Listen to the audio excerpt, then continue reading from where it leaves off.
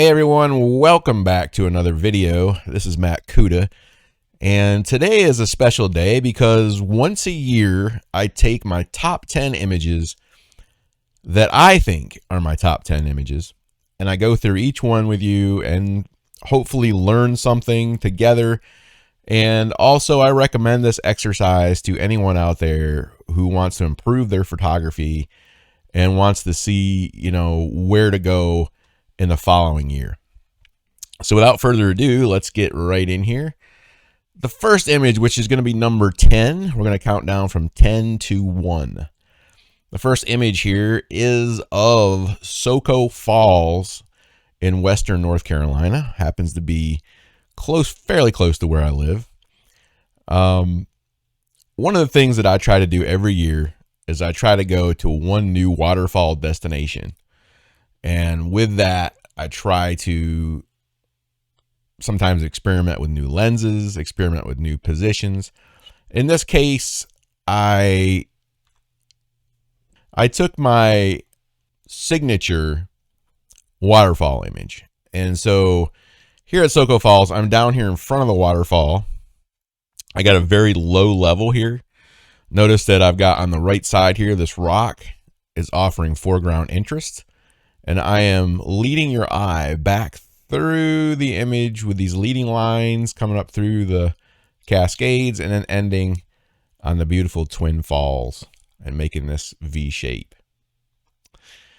It was taken with the Sony FE 16 to 35 millimeter f4. It was taken at f13 ISO 80 at 16 millimeters for 10 seconds. Okay, number nine. I am also a big fan of the hummingbird, and in 2022, I captured this shot of a hummingbird with my Sony a7R III, and this is not a flash image. This is actually a ambient light image. I like that the flower over here is in the foreground. That allows me to get the hummingbird turning toward me and having that red gorget really come to life here. And you can see why they call him a ruby-throated hummingbird. Okay, this is, again, the Sony a7R III. That's a 42.2 megapixel sensor, 1/8,000th of a second to stop the wings. F6.3 with my Sony 200 to 600 at ISO 3200. Okay, number 8. Number 8 was a choice that I knew I was going to make from the first time I saw it. This is an image that to me reminds me of a sculpture. And this was taken at Jordan Lake. This is a bunch of double-crested cormorants out here. And the interesting thing about this image is this is not close to shore. This is out toward the middle of the lake. This is an old tree sticking up, and this is all that's left of that tree. And all of these cormorants just congregated on here. The only thing I wish about this image was that this guy right here was looking the right direction. There's always one, right? And let's get a full-size shot. And you can see, unfortunately, the depth of field and so forth. You can only get one bird in complete focus. This guy's in focus also, but you can't see his face. I just really liked it. It just looked like a sculpture. It was shot with my Sony 200 to 600 at 612 millimeters because I had my 1.4x teleconverter on. This was 1/3200th of a second. And because of the teleconverter, it's at f9. Actually cropped down to an 8.5 megapixel image from a 24 megapixel original. Okay, counting down. Here's my next one. This was an image that I took when I was up in Pennsylvania photographing the snow geese. And while I was on my belly photographing the snow geese on the ground, I looked over and I saw in the background just these amazing skies that were out there. And I thought, how can I get these birds on the ground in that shot? And I couldn't do it because I just couldn't get the angle. So I stood up on my knees, and a minute or two later, I was met with this image of not a snow goose, but a Canada goose flying. Now, the thing I find interesting about this, besides the fact that it's at sunrise, is there's an optical illusion going on here. The bird looks like, to me, it looks like it's flying from right to left in the image. In reality, it's flying away from me. And the way that that image was taken is just kind of weird. It really is that way. And if I brighten this image way, way up, you could see what I'm talking about. But it just goes to show you that silhouettes can kind of be misleading a little bit. Anyway, this was shot at 1/2500th of a second, f9, with my teleconverter, ISO 3200 at 840 millimeters. Okay. Next image. All right, we are looking at a snow goose. I really struggled here to figure out what I wanted the snow goose to be. There were several good images. I knew I wanted one snow goose in my top 10 this year. And this guy, I kind of went with him. He is, I think, the epitome of the snow goose. And here landing, you can see how big they are. You can see its orange feet and its orange bill. And I think it just kind of summed up the trip. Even though there were other images just as good as this one, if not better. That was I had a great time photographing these guys, and I highly recommend that you do it as well. Okay, this was 16 megapixels, so it's cropped down. This is the Sony A1, and it's 200 to 600 millimeters, at 600 millimeters, 1/5000th of a second at f6.3, ISO 1000. So pretty good crop here. This is a 50 megapixel image. I cropped to 16 megapixels. Really loved, by the way, really loved that A1. Can't wait to get one. Okay, the next image coming down here. This was an image that I took. I call it Angry Bird. And it's an image that I took with the Sony FX30 when I was testing the stills capability. And I knew as soon as I saw it, this was going to be a big one for me this year. I love the way he is framed with the two branches on the left and right. This guy was defending his nest. I was actually in a blind, but there were several birds that would get within, 10 feet, 20 feet of the nest, and he would come out after them. And I just couldn't help but think about the game Angry Birds. And they should have had a mockingbird in there, because these guys are tenacious and fun to watch. And I just loved his stance here, his aggressive stance, his angry eye. And this was cropped down from a 26 megapixel. I cropped vertical on this to give me 10.1 megapixels.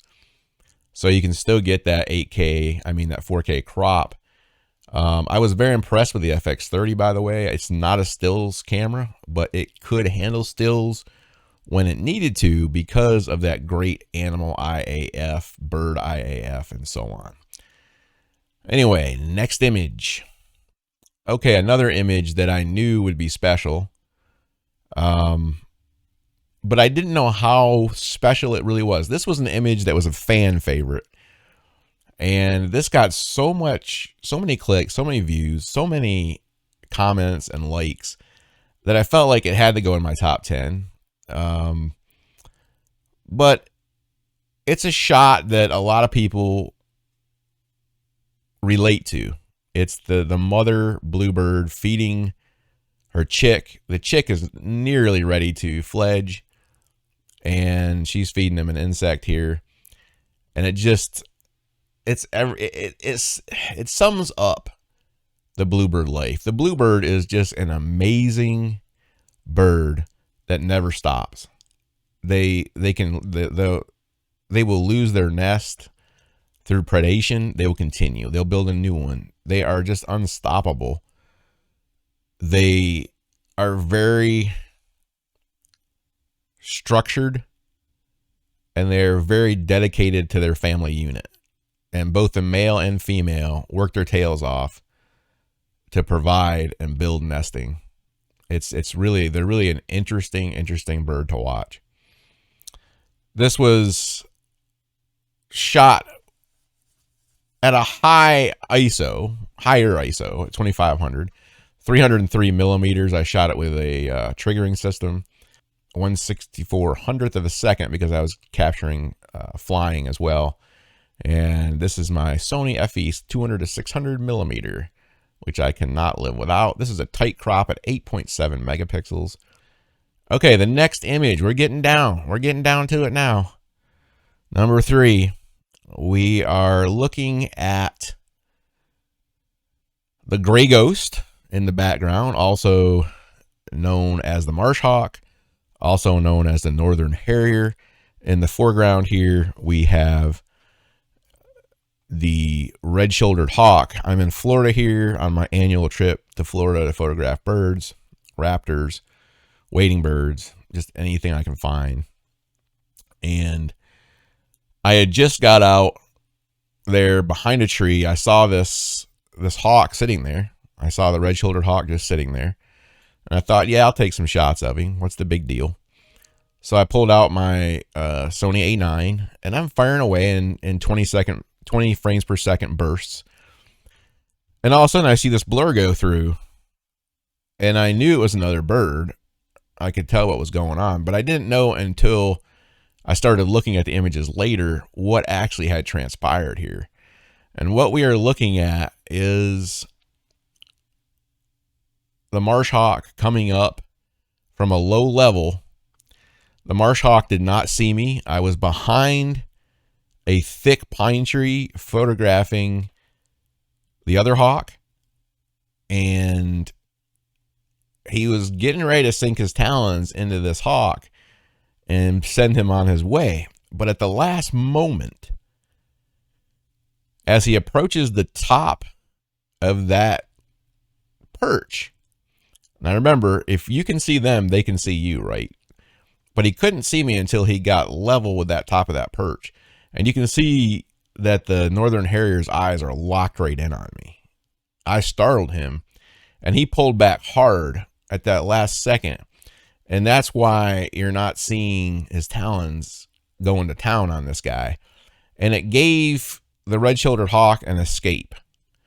And so I like to think, maybe not, but I like to think that I had a part in saving this guy from having a bad day here. But it made a great image. Interesting how the northern harrier is looking at me, as birds often do. But here, he was startled that I was even there.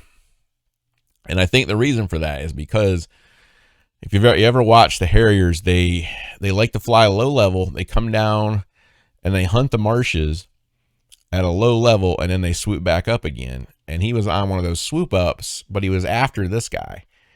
Probably wanted to perch there, actually. But I disrupted his day. So one is saved and one is a little scared here.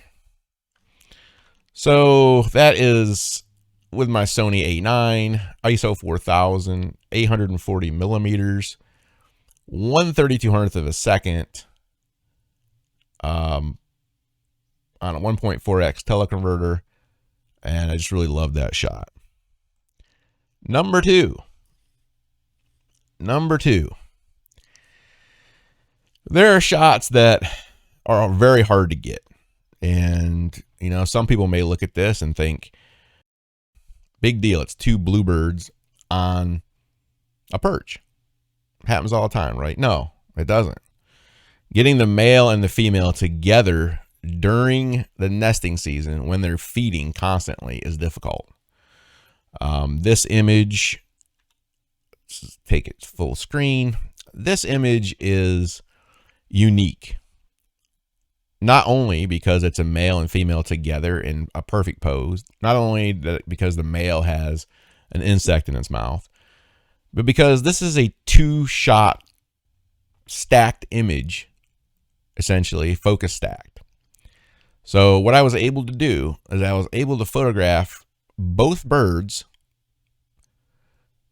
within a couple frames with different focuses. And yes, it had to be fast, but that's what happened. And because of that, this is not two separate times of day. This is, this is exactly the way it was. These two birds were sitting right here just like this. All I did was move the focus. Took a shot, moved the focus, took a shot. That fast. And I was able to stack those and do an impossibility here. Both birds are in sharp focus. So not only was it a cool shot, but it was a cool technical shot. And I felt like it needed to be in this top 5, and I decided to put it at number 2. One of my favorite shots of the year. 1/640th of a second, 588 millimeters.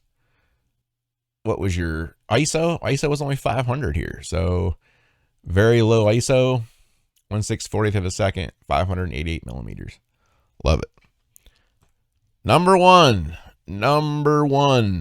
Okay, here's a shot that I photographed with the Sony A6700. By the way, tremendous camera. I will have a full review on it soon, but a tremendous camera that can do tremendous things. Okay, here we have, first of all, an elk. Beautiful elk, no collar on this guy. Very good rack. Probably, let's see, 1, 2, 3, 4, 5. It's a 6x6, so a 12 point. Mouth wide open. Really doing a lip curl here. Smelling for females. And not only that, the background and the foreground have just melted perfectly into the fog. And it's given a very interesting perspective. Here in the foreground, we have complete out of focus. The background is completely out of focus, but we also added the fog layer, and so it has this other smoothness and fogginess about it. But it gives us this very soft, pretty background, foreground, and then a sharp subject. And I think that's a winner. This one was extremely popular on the internet. I have submitted it in multiple competitions this year. We'll see how it does. But that's pretty much it for my 2023 images. It was a great year. It was a year of difficult shots. It was a year of unusual shots. And I was able to meet 70% of my goals last year, which is more than I could have possibly dreamed of. We'll see what this coming year brings. But I hope you enjoyed it. Thanks for watching. As always, make it a great day and get out there and enjoy nature. Bye-bye. Hey, thanks for watching this video. If you really want to help me out, and I hope you do, please click like and subscribe below. I know we all say this, but the fact is, there's nothing better that helps us than you being involved, than you watching these videos, and your support. Thanks a lot.